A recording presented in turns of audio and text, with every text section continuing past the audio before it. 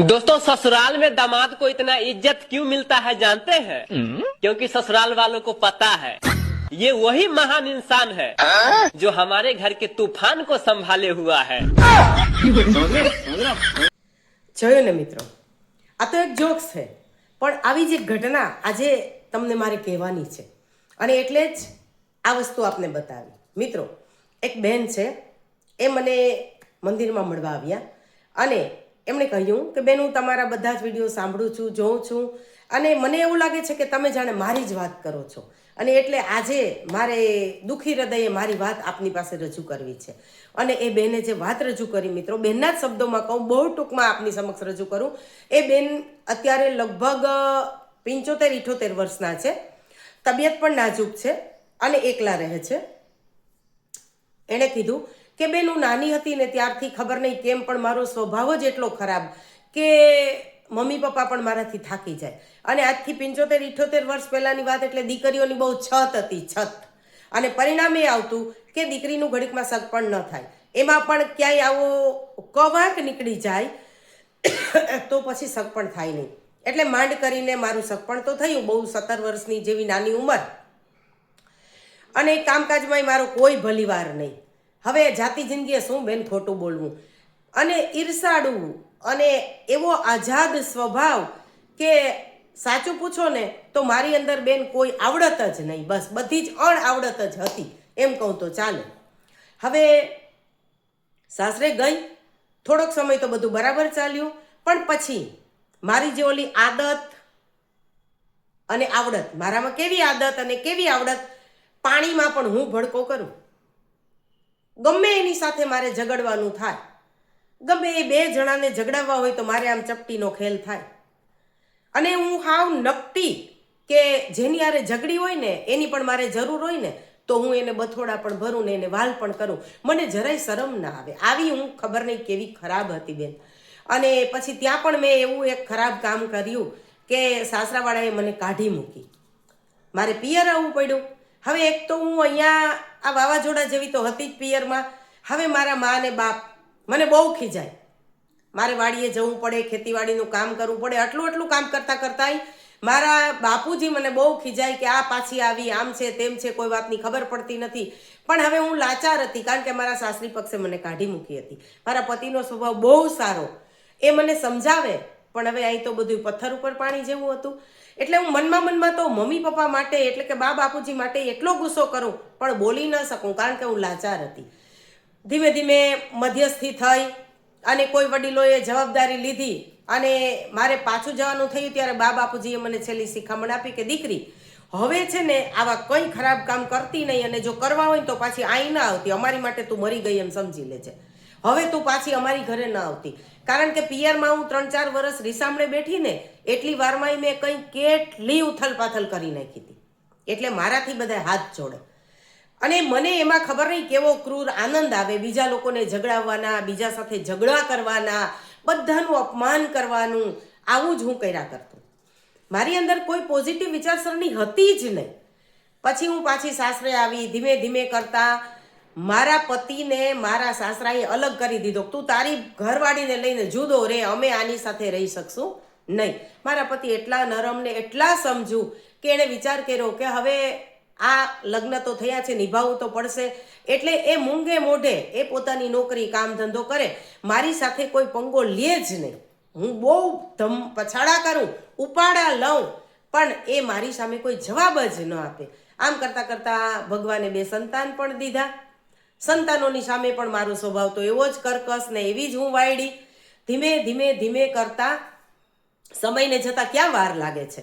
અને મારા બાની તબિયત બગડી એટલે પિયર જવાની ઈચ્છા થાય.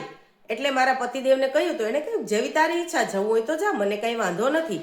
પણ મા અને બાપુએ એવું કહીને મોકલી હતી કે તું પાછી હવે આ ઘેર ના આવતી. પણ ખબર કાઢવા માટે જવાનું મન તો થયું, પણ ત્યાંય મારું તો અપમાન જ થયું. એટલે મેં મનોમન નક્કી કર્યું કે હવે તો આ પરિવાર સાથે વેર લેવું છે. અને અચાનક મારા બાનું મૃત્યુ થયું. એટલે હું ત્યાં ગઈ અને હજી તો મારા બાની લાશ ઘરમાં હતી અને મેં એવા ધમપછાડા કર્યા, ભાભી ભાઈ બધા મને હાથ જોડે પગે લાગે કે બેન અમને માણસમાં ક્યાંક હાલવા જેવા રહેવા દે, બેન તું આવું ન કર, પણ કોઈના બાપનું હું થોડી માનું. અને એમાં ચડાવવાવાળી બધી આપણી કાકાની ને માસીની ને બધી બહેનું હોય ને, એ બધું એ મને એવી ભેરવીને ભૂત કરીને મારાનો ઉપલો મારતો મારો ખાલી જતો. અને મેં તો એવા ધમ પછાડા કર્યા 12 દી સુધી, પણ એ પરિવાર, મારી ભાભી, મારો ભાઈ, મારા બાપુજી, એને સાવ સબૂરી પકડી લીધી. અને હું ગમે એમ કરું ને તોય કોઈ મારી સામે કંઈ કહે નહીં. અને આમ કરતાં કરતાં 12 દિવસ તો ગયા, પણ 12મે દિવસે જ્યારે હું ત્યાંથી નીકળી ત્યારે મારા બાપુજીએ મને એક રજીસ્ટ્રેશન કરાવેલો કાગળ મારા હાથમાં આપ્યો. લખેલું હતું કે દીકરી, આજથી તારા ને મારા સંબંધ પૂરા થઈ ગયા. જે દીકરી પોતાની જનેતાનું મોત ન સુધરવા દે એ દીકરીને હવે મારે આંગણે તેડાવવી નથી. મારે મારા દીકરાના ઘરમાં હવે તારા પગલાં નથી કરવા. દીકરી, આપણા સંબંધ અહીંયા પૂરા થઈ ગયા, આપણી લેણદેણ પૂરી થઈ ગઈ. હવે આ ઘરમાં દીકરી તરીકેનો તારો કોઈ હક રહેતો નથી. આ બધું જ લઈ અને હું ત્યાંથી નીકળી તો ખરી, પણ મનોમન નક્કી કર્યું કે હવે તો બાપુજીને પાઠ ભણાવવો. કારણ કે મારી અંદર કોઈ સમજણ, કોઈ લાગણી કે કોઈ સંસ્કાર તો હતા જ નહીં. અને પછી મેં બાપુજીની જમીનમાં ભાગ માગવા માટે થઈ અને કેસ કર્યો. મારા ઘરવાળાએ ખૂબ સમજાવી કે તું મારું તો નાક કાપમાં, મને તો જીવતો રહેવા દે, પણ હું કોઈનું માનું એવી થોડી હતી બેન. અને પછી તો મેં એટલા બધા ધમપછાડા કર્યા અને મેં કોર્ટ કેસ કર્યો. મારા બાપુજી ચિંતામાં ને ચિંતામાં બહુ બીમાર પડ્યા, પણ હું એને જોવા પણ ન ગઈ અને મેં ભાગ માંગ્યો. હવે બેન, મારો દીકરો જવાન થઈ ગયો, મારી દીકરી પણ મોટી થઈ ગઈ, દીકરીને પરણાવી. વેવાય વેલા સાથે પણ મારી કંઈ મીઠાશ તો હોય જ નહીં. હવે દીકરાની વહુ જ્યારે ઘરમાં આવી ત્યારે દીકરાની વહુ એવું કહે કે આજે મારે પિયર જવું છે. એટલે હું કહું કે લ્યો, હમણાં તો ગયા હતા. એટલે વહુ તરત જ મેણું મારે કે તમે બધે સંબંધ ભૂંજી વાયરા છે, તમારે ક્યાંય જવાના ઠેકાણા નથી. અમારે તો હોય ને, અમને જવા દો ને, અમારી વચ્ચે ક્યાંય આવતા નહીં. મારે મારા ભાઈઓ અને મારા બાપ સાથે સંબંધ રાખવા છે બા, તમારા જેવું મારે નથી કરવું. એટલે જ્યારે મોકો મળે ત્યારે દીકરાની વહુ છે ને એ મને માથામાં ઠપકારતી હતી. હવે મને સમજાતું હતું કે મેં કેવડી મોટી ભૂલ કરી છે. અને દીકરીએ તો અમારી ઘરે આવવાનું જ બંધ કરી દીધું હતું. છતાં દીકરી મને ક્યારેક ફોનમાં સમજાવતી કે મમ્મી હવે સુધરી જા, હજી સમય છે, સુધરી જા અને નાના બાપુની માફી માગી લે. પણ મને તો એ કંઈ સમજાતું જ નહોતું. મારો ઈગો, મારો અહમ દીકરાની વહુ પણ સંભળાવે.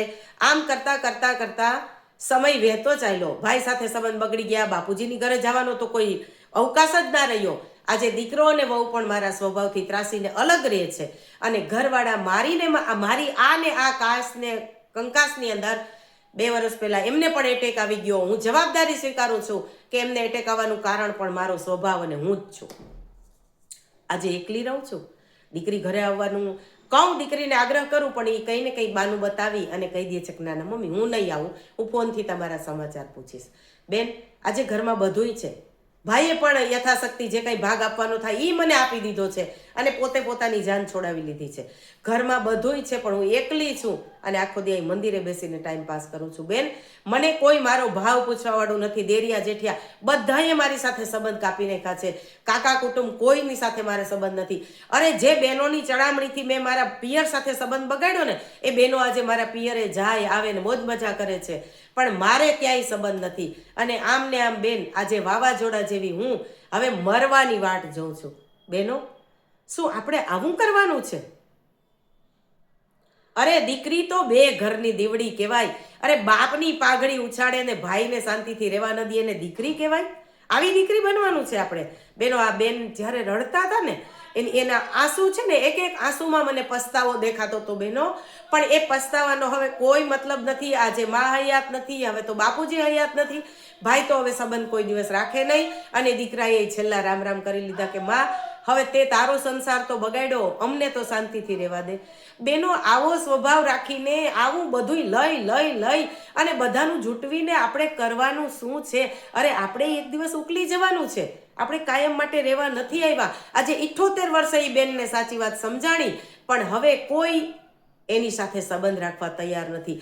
તમામ દીકરીઓ, બહેનો આવા વાવાઝોડા જેવા ન થાય, આવા બધાયના લોહી ના પીએ અને શાંતિથી રહીએ અને આનંદથી જિંદગી જીવીએ તો કદાચ આપણી જિંદગી છે ને એ નંદનવન જેવી બની જાય.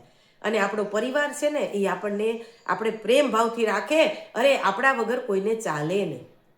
અમારા મમ્મી એમ માન થૂકું રહેવું હોય, અમારા બેનબા એવું માનથી રહેવું હોય ને, તો બહેનો આ લવ કોઈની ઈર્ષા, કોઈને દુઃખી કરવા, બધાને પછાડી દેવાને, બધાને પાઠ ભણાવી દેવાને, બધાને આમ કરી નાખવાને, આનો ઉલાડીઓ કરી દેવો ને, આ બધું જ મૂકી અને પ્રેમ ભાવથી શાંતિથી રહેતા આવડે તો રહ્યો મારી બેનું. બાકી ઘડપણમાં બહુ તકલીફ પડશે. અને એ બેને છેલ્લો શબ્દ એ કીધો કે બેન, જ્યારે મારાથી નહીં હલાઈને હું મંદિરે નહીં આવું, પથારીમાં પડી મરી જાઉં ને, મંદિરે 2-3 દિવસ ન દેખાવ તો બેન મારી ઘરે આવીને તપાસ કરજો કે હું હવે મરી ગઈ હશે.